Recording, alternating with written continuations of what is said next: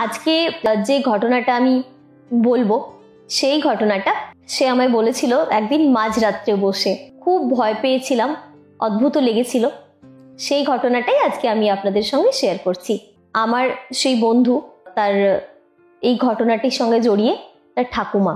তিনি সংসার করতে ভীষণ ভালোবাসতেন, সংসারটাই তার কাছে সব ছিল। ছোট থেকে সে তাই দেখে বড় হয়েছে। পরবর্তীকালে ওর দাদু মারা যায়। দাদু মারা যাওয়ার পর ঠাকুমা আরো বেশি করে সংসারটাকে আঁকড়ে ধরেন। প্রায় বছর 7 প্রায় শয্যাশায়ী ছিলেন। তারপরে তিনি মারা যান। তিনি অনেকবার বলেছেন যে তার খুবই ইচ্ছে ছিল যে দাদুর মতো তাকে যেন কাঠের চুল্লিতেই দাহ করা হয়। মানে তার দাদু যখন মারা যান তখন কাঠের চুল্লিরই ব্যবহার হতো। তখন ইলেকট্রিক চুল্লির প্রচলন শুরু হয়নি। কিন্তু তার ঠাকুমা যখন মারা যান তখন কলকাতায় অলরেডি ইলেকট্রিক চুল্লি ব্যবহার হওয়া শুরু হয়ে গেছে। তো উনি মারা যাওয়ার পরে ওনাকে ইলেকট্রিক চুল্লিতেই দাহ করা হয়। সেই মুহূর্তে আসলে ওনার মানে আমার সেই বন্ধুর বাবা কাকা যারা ছিলেন, তো তাদের সম্ভবত মনেও ছিল না তার ইচ্ছের কথাটা, যে উনি চেয়েছিলেন যে দাদুর মতো তাকেও যেন কাঠের চুল্লিতে দাহ করা হয়। উনি মারা যাওয়ার পর ওনারা তার ঠাকুমাকে নিয়ে যান এবং তাকে ইলেকট্রিক চুল্লিতেই দাহ করা হয়। ফিরে আসার পরে কেউ বাড়িতে কেউ মারা গেলে বা কিছু হলে যেরকম হয়, আমরা সবাই একসঙ্গেই থাকি আত্মীয় স্বজন। তো নিচে ওদের বাড়ির একটা হলে নিচে বড় করে বিছানা করা হয়। সেখানে ওর বাবা কাকা জ্যাঠারা গুরুদশা মাটিতে শুতে হয়, মাটিতে বিছানা করে শুয়েছিলেন রাত্রেবেলা। আর ওই হলেই একটা খাট ছিল, সেই খাটের ওপরে আমার ওই বন্ধু মা আর জেঠিমার সঙ্গে শুয়েছিল। কেউ যখন আমাদের বাড়িতে মারা যান তো তখন বিভিন্ন রকম রিচুয়ালস থাকে, বিভিন্ন রকম নিয়ম থাকে যেগুলো আমরা পালন করে থাকি। তো সেরকমই একটা কিছু থেকে ওর জেঠিমা বলেন যে মানে ওর বাবা কাকা জ্যাঠারা যেখানে শুয়েছিলেন সেই বিছানার পাশে মাথার উপরের দিকে এক ঘটি জল রাখেন। এরকম প্রচলিত বিশ্বাস আছে যে কোনো অশুভ শক্তি বা কিছু যদি আসে তো সেটা নাকি ওই ঘটির জলের উপর দিয়ে যায়, কারোর কোনো ক্ষতি হয় না। রাত্রে ঘুমের মধ্যে সেটা আমার বন্ধু স্বপ্ন দেখে, সেটা স্বপ্নই হোক ওর ইলিউশন হোক যা কিছুই হোক, ও দেখে যে ওর ঠাকুমা যেন জানলার কাছে দাঁড়িয়ে রয়েছে। মানে কিরম আধ পোড়া মতো অদ্ভুত, মানে একটা এরকম ভাবে ওর ঠাকুমা ওকে বলেন যে দেখ আমি তো পুরোপুরি পুড়িনি। উনি যেভাবে কথা বলতেন যে দেখ রে আমি তো পুরাপুরি নাই। আমার বন্ধু মানে প্রচন্ড ঘাম টাম দিয়ে ঘুম ভেঙে যায় যে কি রে বাবা, এরকম স্বাভাবিক। ও তখন ছোট অনেকটাই, এরকম স্বপ্ন দেখলে যে কারোরই আতঙ্ক হওয়াটা খুব স্বাভাবিক, যেখানে সেই দিনই এরকম একটা ঘটনা ঘটেছে বাড়িতে। যাই হোক, সে আবার ঘুমিয়ে পড়ে মনের ভুল বা স্বপ্ন দুঃস্বপ্ন ভেবে। পরের দিন ভোরবেলা হঠাৎ ওর বাবার চিৎকারে বাড়ির সবার ঘুম ভেঙে যায়।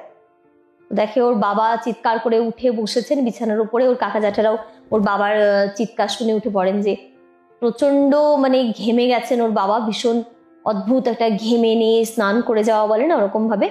এবং সবাই বলে কি হয়েছে।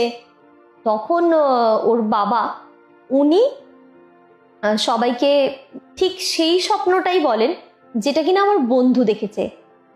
একদম একই স্বপ্ন ওর বাবাও দেখেছেন, যেরকম আধপোড়া অবস্থায় ওর ঠাকুমা বলছেন যে দেখ রে আমি তো পুরাপুরি নাই। তো ওর বাবা তখন স্বপ্নের মধ্যেই হোক ইলিউশন যাই হোক ঠাকুমার সাথে সমানে নাকি তর্ক করেন যে তুমি এসব কি বলছো, আমি নিজের হাতে তোমাকে দাহ করে এসেছি। তো ওর ঠাকুমা নাকি বারবার বলেন যে না রে দেখ আমি পুরোপুরি নাই। আর হঠাৎ তারপরে সবাই খুব আশ্চর্য হয়ে লক্ষ্য করে ওর জেঠিমা যে ঘটিতে জল ভরে মাথার কাছে রাখা ছিল সেই ঘটিটা উল্টে জল এক পাশ দিয়ে গড়িয়ে পুরোটাই পড়ে গেছে। যাই হোক, স্বপ্ন ভেবে সবাই ওটাকে যখন ঠিক আছে দুঃস্বপ্ন, সবাই মানসিক অবস্থা সেই সময় কারোরই ভালো থাকে না, সবারই মন মেজাজ খারাপ। কিন্তু আমার বন্ধু তখন চমকে ওঠে যে একই স্বপ্ন একেবারে বাবা আরো কি করে দেখলো।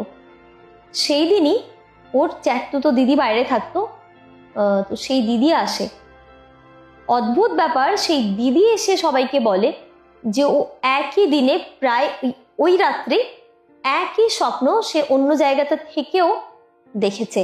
ওর দিদি যখন এসে বলে যে বাইরে থেকে এসে যে সেই একই স্বপ্ন ওর দিদিও দেখেছে, তখন সবাই একটু অবাক হয়।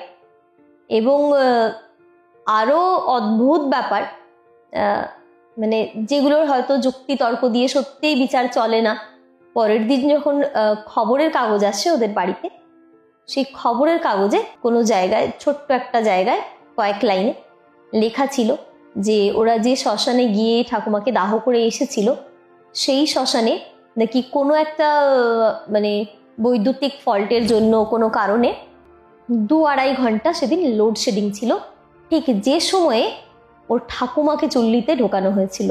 এই অদ্ভুত ঘটনার ব্যাখ্যা ওরা কেউই আজ পর্যন্ত খুঁজে পায়নি।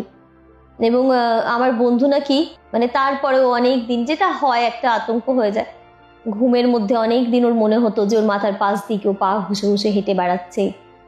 অদ্ভুত কিছু ফিলিং ওর হতো, সেটা হয়তো ওর ভয় বা ওই ঘটনাটা ঘটার জন্যও হতে পারে।